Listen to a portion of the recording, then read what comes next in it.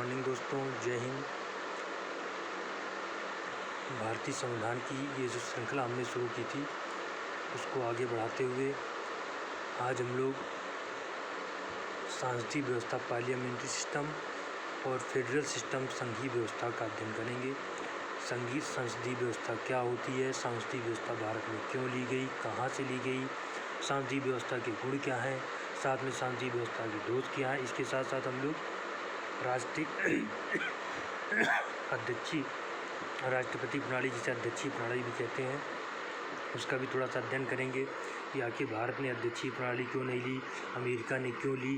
दोनों की तुलना करेंगे और देखेंगे कि दोनों के गुण क्या हैं। बेसिकली गुण होंगे तो कुछ दोष भी होंगे।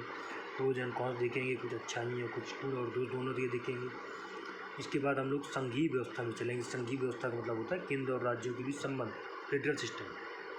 तो भारत आखिर संघीय व्यवस्था किस तरीके का है, क्या भारत पूरी तरह संघीय है या कुछ संघीय गुण है, कुछ एकात्मक गुण है कि केवल एकात्मक गुण है, तो हम लोग इस बारे में अध्ययन करेंगे। हम सबसे पहले सांसदीय व्यवस्था पार्लियामेंट्री सिस्टम के बारे में। तो पार्लियामेंट्री सिस्टम का क्या होता है कि पहली बात हमने लिया कहाँ से, इसको ब्रिटेन के मॉडल से अपनाया है, जिसका ब्रिटेन सांसदीय व्यवस्था में क्या होता है कि जनता अपने प्रतिनिधि चुनती है, वही प्रतिनिधि चुनने के बाद वो प्रतिनिधि के माध्यम से जनता पर हम अपने नियम कानून बनाते हैं। भाई भारत जैसे विशालकाय देश में जहाँ 140 करोड़ आबादी हो, वहाँ प्रत्यक्ष चुनाव तो प्रत्यक्ष शासन तो संभव है नहीं कि सारी जनता उतर के आए खुद ही शासन कर ले, ऐसा तो है नहीं। यहाँ पे तो अपने प्रतिनिधि चुनती है। लोकसभा विधानसभा क्षेत्र हैं, वहाँ से अपने प्रतिनिधि आते हैं, फिर अगर जो पार्टी के सांसद होते हैं फिर अगर सरकार बनाते हैं, मंत्री बनते हैं, फिर लोगों के जनहित में कार्य करते हैं।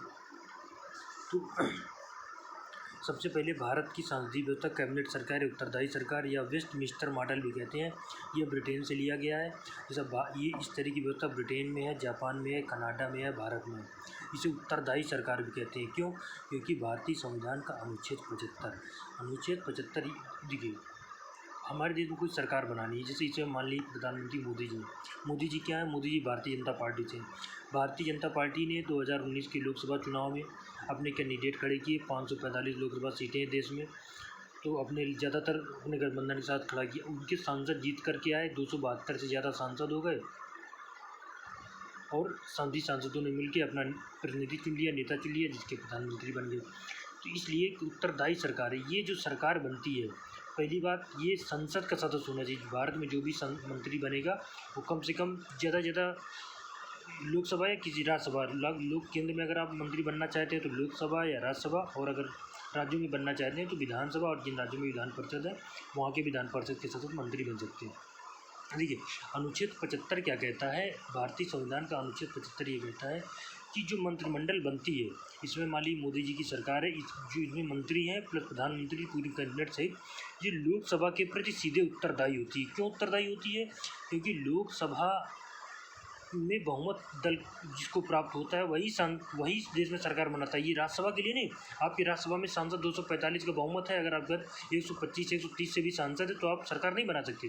लेकिन अगर आप लोकसभा के 545 में तो 272 सांसदों का आपको समर्थन मिल जाता है तो आप सरकार बना सकते हैं। तो इसीलिए लोकसभा के प्रति सीधे उत्तरदायी। अगर लोकसभा चाहे तो एक समय में सरकार को गिरा सकती है। अगर ये विश्वास टूट जाए, अविश्वास प्रस्ताव पारित हो जाए तो टूट सकती है। ऐसी राज्यों में होता है। अनुच्छेद 164 के अंतर्गत क्या होता है, जो राज्य विधानसभा होती है कि प्रति मंत्रिमंडल सीधे प्रति उत्तरदायी होता है। उसके बाद सांसदीय सरकार की हम विशेषताओं की चर्चा करेंगे।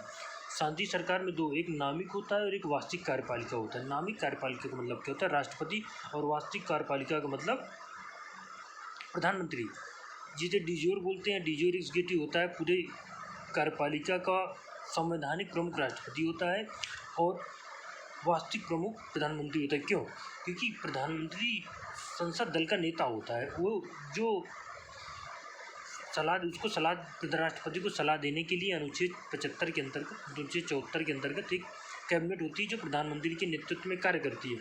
तो वास्तव रूप से देखा जाए तो राष्ट्रपति जी के पास केंद्र में और राज्य में राज्यपाल जी के पास कोई भी अपनी विवेकाधीन शक्ति नहीं है। ये लगभग कन्फर्म है।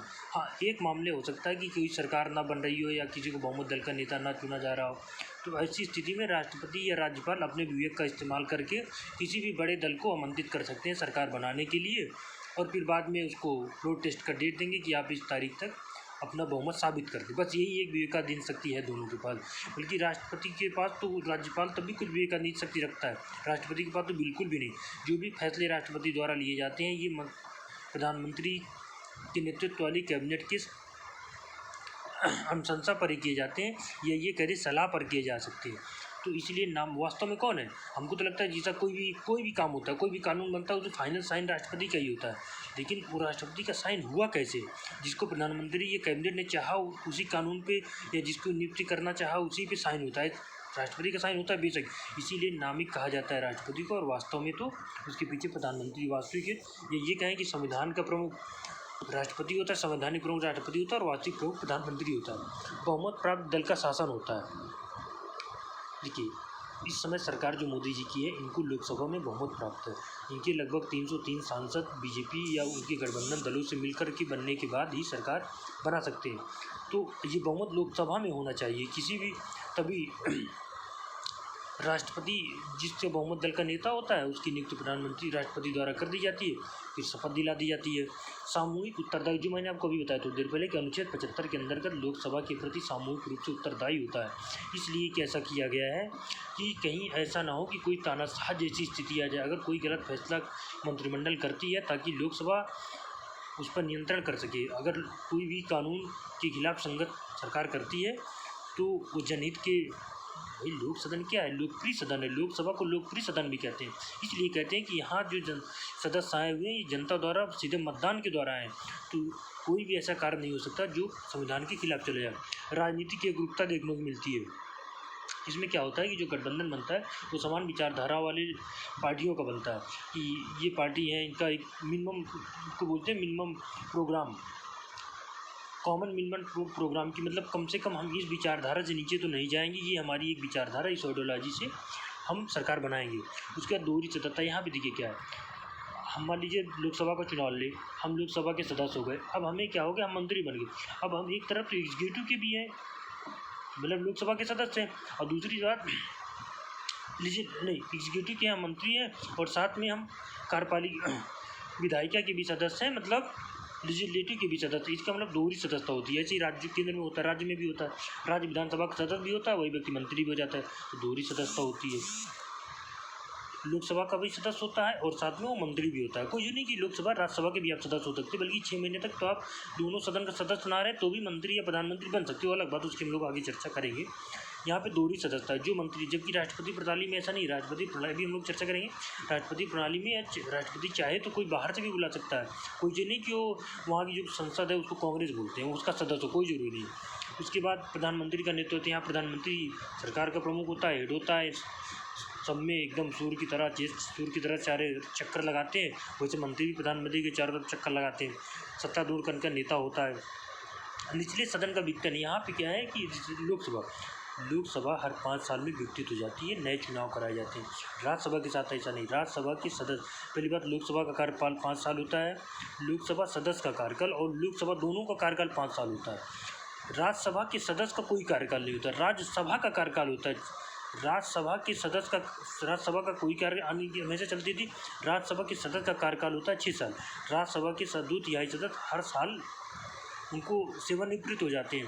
भाई यहाँ पे तो थोड़ा सा क्लियर कर देना चाहता हूँ, जब पहली बार 1952 में राज्यसभा बनी थी तो क्या था कि अगर मान लीजिए हमने राज्यसभा बना दी, अब राज्यसभा के ये सदस्य है, अब हम एक तरफ ये कह रहे हैं कि अगले 2 साल में 2 तिहाई सदस्य सेवानिवृत्त होंगे। अब मान लीजिए मैंने आज सदस्य बना राज्यसभा का 1952 में, अब मुझे अगले साल ही हटाया जाएगा, तो फिर मैं क्यों बोलूँ, मुझे कम से कम 6 साल तो रहने दो मैं राज्यसभा का सदस्य। तो उसमें लॉटरी की व्यवस्था की गई पहली बार कि इनका नहीं हो रहा, उनको लॉटरी के द्वारा निकाल दिया गया था, ऐसा हुआ था। तो राज्यसभा का सदस्य 6 साल का कार्यकाल होता है, लोकसभा का कार्यकाल 5 साल होता है। 5 साल में लोकसभा विघटित हो जाती है। उसके पहले अब प्रधानमंत्री चाहे तो राष्ट्रपति के, मान लीजिए कोई सरकार ना बन रही हो, राष्ट्रपति को लगता हो कि चुनाव की स्थिति बनी हुई, तो लोकसभा को विघटित कर सकते हैं। राज्यसभा का भी विघटित नहीं होता कि राज्यसभा के 2 तिहाई सदस्य सेवानिवृत्त हो जाते हैं हर साल।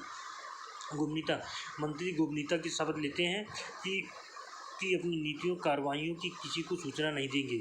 भी बहुत ज़रूरी होने की बात अलग है, लेकिन कभी सूचना देंगे। अब देखिए हमने इसमें क्या क्या पढ़ा।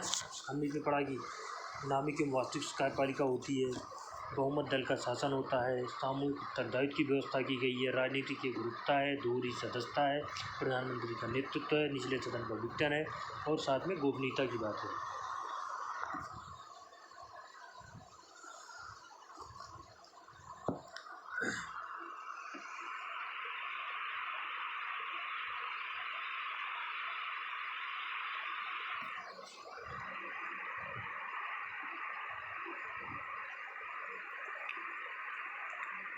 उसके बाद राष्ट्रपति शासन की व्यवस्था है। राष्ट्रपति शासन की अगर हम व्यवस्था की बात करें तो देखिए, जैसा अमेरिका में, तो अमेरिका में कौन सा शासन है? राष्ट्रपति शासन। राष्ट्रपति शासन में प्रधानमंत्री का पद नहीं होता, वहाँ राज्य और सरकार दोनों का प्रमुख राष्ट्रपति होता है। यहाँ राष्ट्रपति का प्रत्यक्ष चुनाव भी होता है। अक्सर चर्चा में रहता है कि राष्ट्रपति का चुनाव हो रहा है, राष्ट्रपति का चुनाव होने वाला है। इसमें क्या होता है, जैसा इसमें अंतर देखिए, वहाँ पे क्या था, पहला अंतर हमने क्या देखा था कि नामिक एवं वास्तविक कार्यपालिका अलग अलग होता है, या नामिक और वास्तविक कार्यपालिका एक होता है। वहाँ बहुमत दल का प्राप्त शासन करता है संसदीय व्यवस्था में। यहाँ पे ऐसा नहीं, अगर आपको कांग्रेस में बहुमत नहीं, उसके बाद भी आप राष्ट्रपति का चुनाव जीत जाते हैं तो आप राष्ट्रपति बन सकते हैं और सरकार चला सकते हैं, अपने मन के मंत्री बना सकते हैं। सामूहिक उत्तरदायित्व, जैसा वहाँ सामूहिक उत्तरदायित्व होता है तो यहाँ सामूहिक उत्तरदायित्व नहीं होता। दोहरी सदस्यता, वहाँ पे दोहरी सदस्यता है कि एग्जीक्यूटिव और लेजिस्लेटिव दोनों का सदस्य होना चाहिए। यहाँ पे ऐसा नहीं है, आप हो सकता है लोकसभा, वहाँ की जो संसद है उसके सदस्य हो भी, और हो सकता है कि सदस्य ना हो भी, तो भी आप मंत्री बन सकते हैं। यहाँ जैसे लोकसभा खत्म हो जाती है, लोकसभा का विघटन हो जाता है 5 साल में, वहाँ विघटन की व्यवस्था नहीं है। इस तरीके से देखिए कि कहीं ना कहीं राष्ट्रपति शासन और संसदीय शासन में ये कुछ अंतर, मूलभूत अंतर है। अब हम थोड़ा सा यहाँ चर्चा ये करेंगे कि भारत में जो क्यों राष्ट्रपति शासन नहीं ले लिया गया। ये बात सही है कि अच्छा है, संसदीय व्यवस्था है, लेकिन क्यों नहीं, तो हमें थोड़ा सा उसमें ये समझना पड़ेगा कि ये तभी हम अच्छे समझ सकते हैं जब हमें राष्ट्रपति शासन के गुण मालूम हो, संसदीय व्यवस्था के गुण मालूम हो, और साथ में संसदीय व्यवस्था और राष्ट्रपति शासन दोनों के दोष भी मालूम हो। तो हम एक तराजू पर रख के दोनों को तौलेंगे, जो ज़्यादा होगा हम उसको ले लेंगे, जो हमारी संस्कृति, हमारे देश की विविधता, हमारे देश के लोगों के अनुरूप होगा, वही व्यवस्था को हम कर लेंगे। तो ऐसा ही किया गया था संविधान सभा, वहाँ चर्चा हुई थी कि हम राष्ट्रपति शासन कर लेते हैं। बार बार इस तरीके से इतने सारे सांसद जिताओ, ये करो, जितने सारे दल बनाए थे, चाहे कोई 2 दल होते रहा, लेकिन ऐसा नहीं था। भारत की विविधता में राष्ट्रपति शासन मतलब फिट नहीं बैठता है, उतना सुटेबल नहीं है कि उतना सहज नहीं है हम राष्ट्रपति शासन के साथ जितना कि हम प्रधानमंत्री शासन के साथ हैं। यहाँ तानाशाह आने का खतरा रहता है राष्ट्रपति शासन में। ठीक है, संसदीय व्यवस्था के गुण की बात करें तो विधायिका और कार्यपालिका के मध्य एक सामंजस्य बना होता है। कैसे? क्योंकि जो मंत्री होते हैं वो लोकसभा या राज्यों में राज्य विधानसभा के सदस्य होते हैं। जब हम दोनों के सदस्य होते हैं तो हमारा दोनों से लेकर के एक सामंजस्य बना है।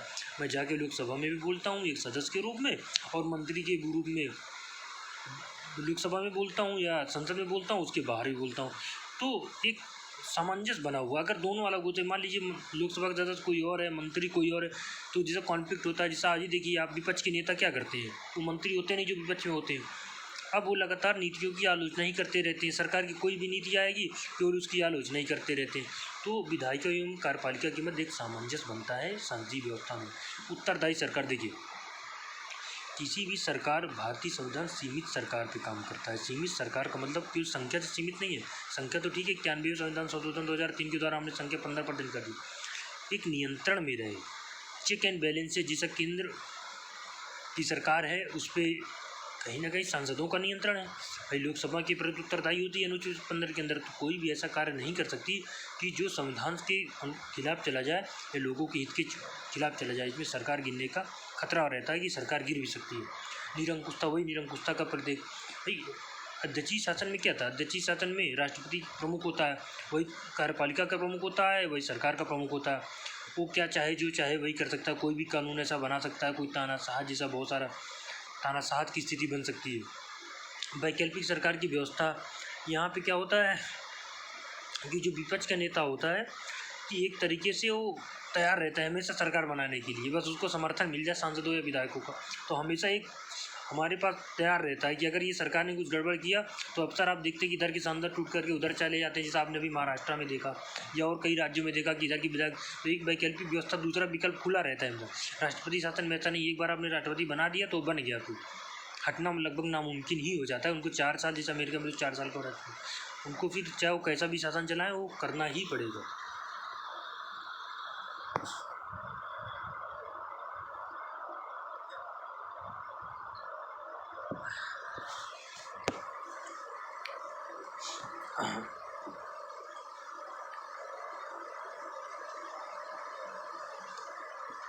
बेशक अगर कुछ रूज हैं तो कुछ कॉन्स भी हैं।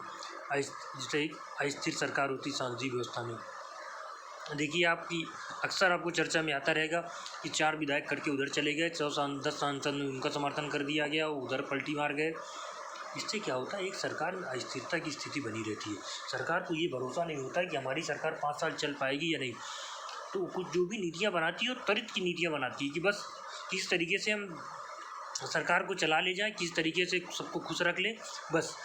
लेकिन अध्यक्षीय व्यवस्था में क्या होता है कि उसमें एक बार राष्ट्रपति बन गया तो उसको पता है कि मैं 4 साल हटूँगा, तो अपने विवेक के अनुसार वो लगातार 4 साल तक फैसले लेकर एक स्थिर सरकार देने का प्रयास करता है। या प्रयास भारत में भी करता है, सरकारें स्थिर भी रही है। देखिए पिछले टर्म माननीय मोदी जी ने पूरा किया 5 साल, क्योंकि उनको पूर्ण बहुमत था। वर्तमान में भी लगभग 5 साल पूरे होने वाला है। नीतियों की अनिश्चितता का अभाव होता है। अब देखिए, अब जैसा कोई सरकार यहाँ क्या होती है, जैसे मान लीजिए पहले कांग्रेस सरकार थी, आई एनडीए सरकार, फिर जब एनडीए सरकार आई तो कांग्रेस की नीतियों का काफ़ी कुछ तक बदल दिया, तो वो जो योजनाएँ चल रही थी उनके ख़त्म करके, उनको रोक करके फिर नई योजना नई जगह शुरू करें। पहले हम काफ़ी अधिक दूर तक निकल गए थे, यहाँ से कहीं जाना है हमें, फिर हम लौट के वहीं पे आए, फिर वहाँ से जाने लगे, तो कितना मुश्किल साबित होता है। तो इस तरीके जैसा 1977 में क्या था, इंदिरा गांधी जी प्रधानमंत्री थी, उन्होंने बहुत सारी योजनाएं, प्लानिंग योजना, कई सारी योजनाएं लाई। उसके बाद मोरारजी देसाई की सरकार बन जाती है, उन्होंने उनकी योजना ख़त्म करके रोलिंग योजना शुरू कर दी। तो एक नीतियों को लेकर के अनिश्चितता की स्थिति बनी रहती है। मंत्रिमंडल की निरंकुशता हो जाती है। कई बार क्या होता है कि मंत्रिमंडल को ये लगता है कि हमारी सरकार, हमारे सांसद हैं तो हमारे खिलाफ जाएंगे नहीं, और सही बात भी है। उससे क्या होता है, एक उद्वेलन की भावना पैदा हो जाती है, नकारात्मक विचार आ जाता है कि हम कोई भी कानून ले आएँ, कुछ भी ले आएँ, हमारी सरकार अगले 5 साल तक तो गिरने वाली नहीं है। शक्ति के पृथक्करण का विरोध, अब देखिए मोंटेस्क्यू ने क्या कहा था अनुच्छेद 50 में। अनुच्छेद 50 कहता है कि भारतीय संविधान की कार्यपालिका और न्यायपालिका के बीच में एक कॉन्फ्लिक्ट, एक शक्तियों का बंटवारा होना चाहिए। लेकिन यहाँ पे क्या है, यहाँ कार्यपालिका और विधायिका तो एक ही हो गया, शक्तियों का बंटवारा हो कहाँ पाया, तो ये उसका दोष है।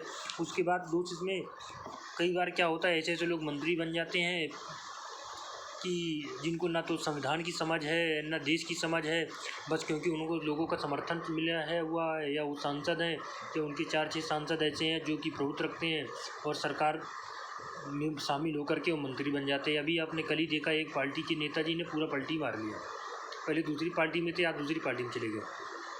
तो ये अकुशल व्यक्तियों द्वारा सरकार का संचालन किया जाता है। इस तरीके से हम कुछ इसमें गुण और दोष। अब हम थोड़ा राष्ट्रपति शासन की व्यवस्था के गुणों के बारे में बात करेंगे। तो राष्ट्रपति शासन की जो व्यवस्था है उसमें देखिए, एक स्थिर सरकार दे सकती है, नीतियों की निश्चितता हो सकती है, मंत्रिमंडल की निरंकुशता, राष्ट्रपति अगर किसी को लगता है, राष्ट्रपति को लगता है नहीं है मंत्री निरंकुश हो रहा है, कुछ गलत दिशा में जा रहा है, तुरंत बाहर कर सकता है। शक्ति के पृथक्करण का विरुद्ध वहाँ पे अलग अलग होता है, और वहाँ चाहे किसी को भी आप मंत्री बना सकते हैं। अब हम देखते हैं कि सांसदीय व्यवस्था और राष्ट्रपति शासन, ठीक है, कि हमने गुण देख लिए, अब कुछ दोष भी देखते हैं दोनों के, ठीक है। जैसे हमने सांसदीय व्यवस्था के दोष तो देख लिए कि अस्थायी सरकार है, अब जो विधायिका एवं राष्ट्रपति शासन के दोष देख लिए। विधायिका एवं कार्यपालिका के बीच एक टकराव की स्थिति बनी रहती है, गैर उत्तरदायी सरकार रहती है। जो भारतीय देखिए उल्टा है, यहाँ पे क्रॉस लगा दीजिए, जो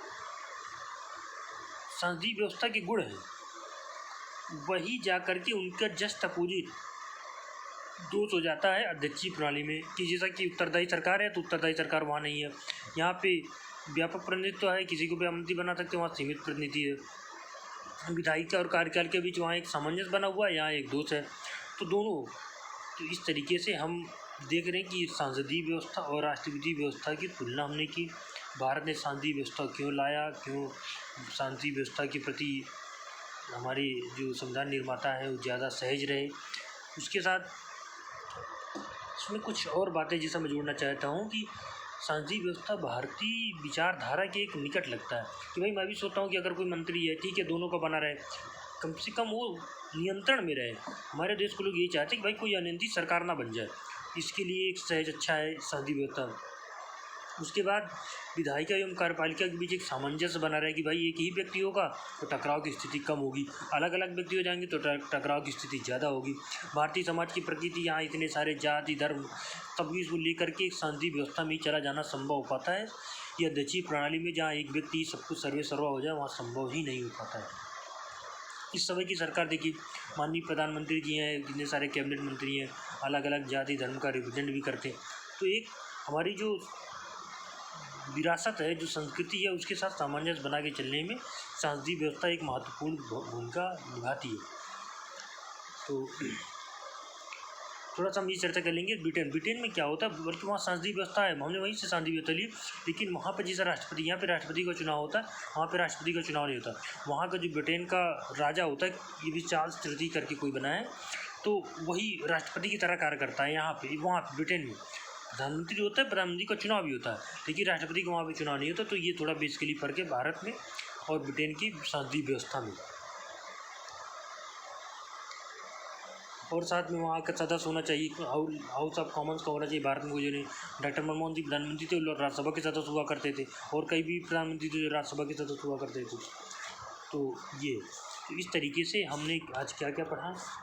हमने पढ़ा कि संसदीय व्यवस्था, भारत में संसदीय व्यवस्था क्या है, संसदीय व्यवस्था क्यों ली गई, संसदीय व्यवस्था के हमने गुण पढ़ लिए, संसदीय व्यवस्था की विशेषताएं कि नाम एक वास्तविक कार्यपालिका होती है, बहुमत दल का शासन होता है, सामूहिक उत्तरदायित्व की व्यवस्था होती है, राजनीतिक एकरूपता रहती है, दोहरी सदस्यता होती है, प्रधानमंत्री जी का नेतृत्व होता है, निचले सदन का विघटन होता है, गोपनीयता की स्थिति होती है। राष्ट्रपति शासन की हमने व्यवस्था विशेषताएँ जैसा देखी कि एकल कार्यकारिणी होती है, राष्ट्रपति एवं विधायिका के पृथक रूप से निश्चित अवधि के लिए निर्वाचन होता है, उत्तरदायित्व का अभाव होता है, राजनीतिक एकल सदस्यता होती है, राष्ट्रपति का नियंत्रण होता है। फिर हमने थोड़ा गुण देखे। गुण में क्या था कि विधायिका एवं कार्यपालिका के बीच एक सामंजस्य बना होता है। संसदीय व्यवस्था में उत्तरदायी सरकार होती है, निरंकुशता पर रोक होता है, व्यापक प्रतिनिधित्व होता है। दो दे का अस्थायी सरकार होती है, नीतियों में निश्चितता नहीं होती है, शक्तियों के विभाजन के विरुद्ध होता है, अकुशल व्यक्तियों सरकार का संचालन होता है। जैसा दो दे का तो विधायिका एवं कार्यपालिका के बीच टकराव होता है। गैर उत्तरदायी सरकार होती है, उत्तरदायी सरकार नेतृत्व की संभावना सीमित प्रतिनिधित्व होता है। संसदीय व्यवस्था की स्वीकार्यता जैसा कि भारतीय संविधान में अपनाया गया। क्यों अपनाया गया? कि ये व्यवस्था भारतीय संविधान, भारतीय संस्कृति, भारतीय विविधता को देख करके ही संसदीय व्यवस्था लिया गया। फिर हमने थोड़ा सा पढ़ लिया कि ब्रिटेन में और वहाँ के राष्ट्रपति शासन, भारत में जो प्रधानमंत्री शासन है, वहाँ के ब्रिटेन में क्या अंतर है कि यहाँ प्रधानमंत्री जो होता है वो चुना जाता है, राष्ट्रपति द्वारा नियुक्त होता है, राष्ट्रपति का भी चुनाव किया जाता है। ब्रिटेन में क्या होता है कि वहाँ पे राष्ट्रपति नहीं होता, वहाँ पे जो राजा होता है, किंग मुखिया चार्ल्स तृतीय, वही राष्ट्रपति की तरह कार्य करता है। और वहाँ पे एक सदन जो प्रधानमंत्री होता है, निचले सदन का सदन मुझे भारत के लिए कोई जरूरी नहीं है। तो इस तरीके से हमने ये व्यवस्था को पढ़ ली। अगले वीडियो में हम लोग संघीय व्यवस्था की चर्चा करेंगे जी।